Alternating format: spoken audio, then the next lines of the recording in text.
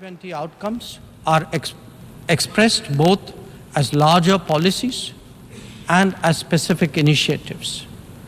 They could be about building cities for tomorrow or fighting corruption, eliminating hunger or delivering quality education, ending plastic pollution or preserving the ocean-based economy, or for that matter, enhancing food security or even mapping global skills.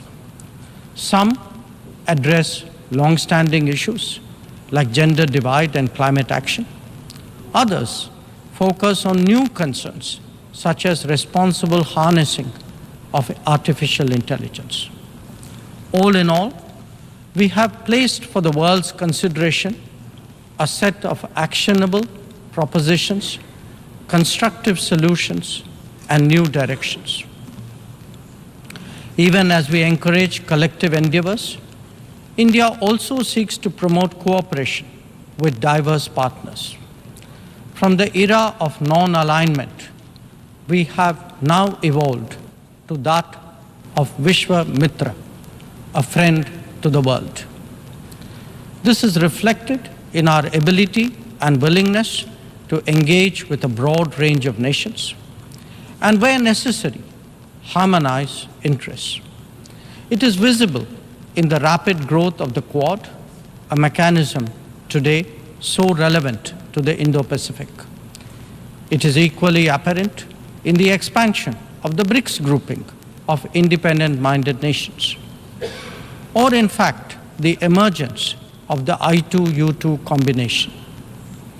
Recently, we hosted the creation of the India-Middle East-Europe Economic Corridor, IMEC.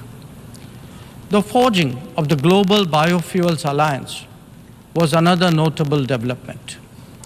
This willingness to work in an open-minded manner on specific domains is now a defining characteristic of the emerging multipolar order. Mr. President, all nations pursue their national interests. We in India have never seen that as being in contradiction with global good. When we aspire to be a leading power, this is not for self-aggrandizement, but to take on greater responsibility and make more contributions. The goals we have set for ourselves will make us different from all those whose rise preceded ours. India demonstrated this during the COVID through the Vaccine Maitri initiative. Our endeavors like the International Solar Alliance and the Coalition for Disaster Resilient Infrastructure is enhancing global food security today. We have built development partnerships with 78 nations across geographies.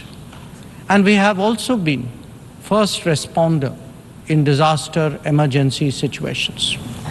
The people of Turkey saw that in February, as did those in Syria.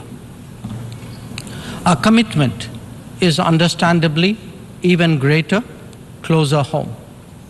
When Sri Lanka experienced a severe economic crisis, it was India that first stepped forward. But even in distant regions, partners such as the Pacific Islands have appreciated our contributions to meet their needs in health, in technology, and in climate action. Mr. President, the most populous nation and the fifth largest economy in the world knows that its progress makes a real difference to the world. Especially so when so many nations identify with us for reasons of history, of geography, and of culture. They follow our experiences closely and evaluate our solutions for their larger relevance. Last week, the United Nations assessed progress towards achieving SDGs. The mood here reflected the struggle to overcome challenges, especially those of resource paucity. It is therefore vital at this midway that we expand our capacities and regain our UN confidence.